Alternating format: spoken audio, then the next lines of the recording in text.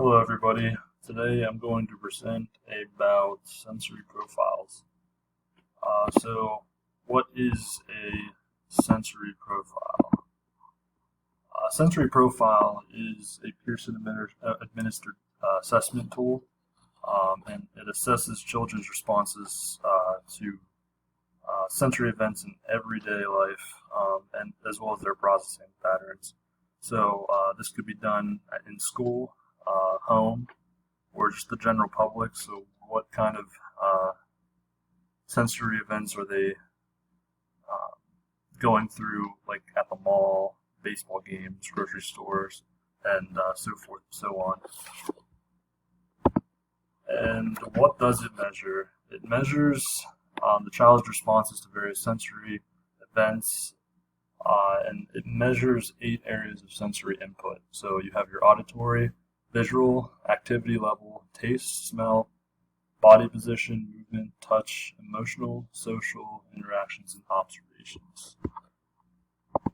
So how does it measure? So there's a caregiver that is there to observe the students' different behaviors while given various sensory inputs. And they have a 125 question profile that they're filling out based on those observations. And it uses a score sheet, which is used then to obtain a personalized sensory profile. And who does it measure? It generally assesses individuals between the ages of 3 to 10 years of age, and it is also more so intended for individuals with autism, just to measure what kind of sensory needs they need. And then the results. So it's kind of answering questions such as, does the child need less noise in their environment? Is it too loud?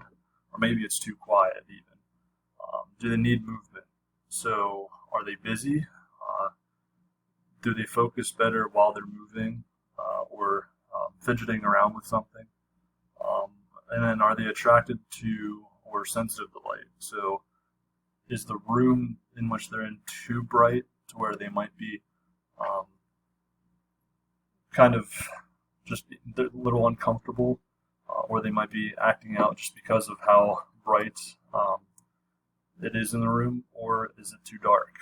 Some students don't like it to be too dark. And then do different textures bother the child? So what kind of clothing are they wearing? Is it something that maybe makes them itch? Do they need softer clothing? As well as even textures and the tastes of food. So they might not like different textures of food, which may bother them in the end.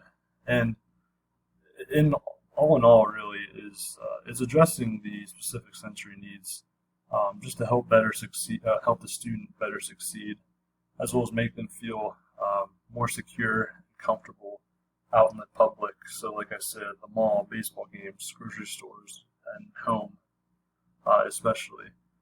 So, in the long run, again, this is just to help the students stay grounded, as well as keep their behavior in a positive manner.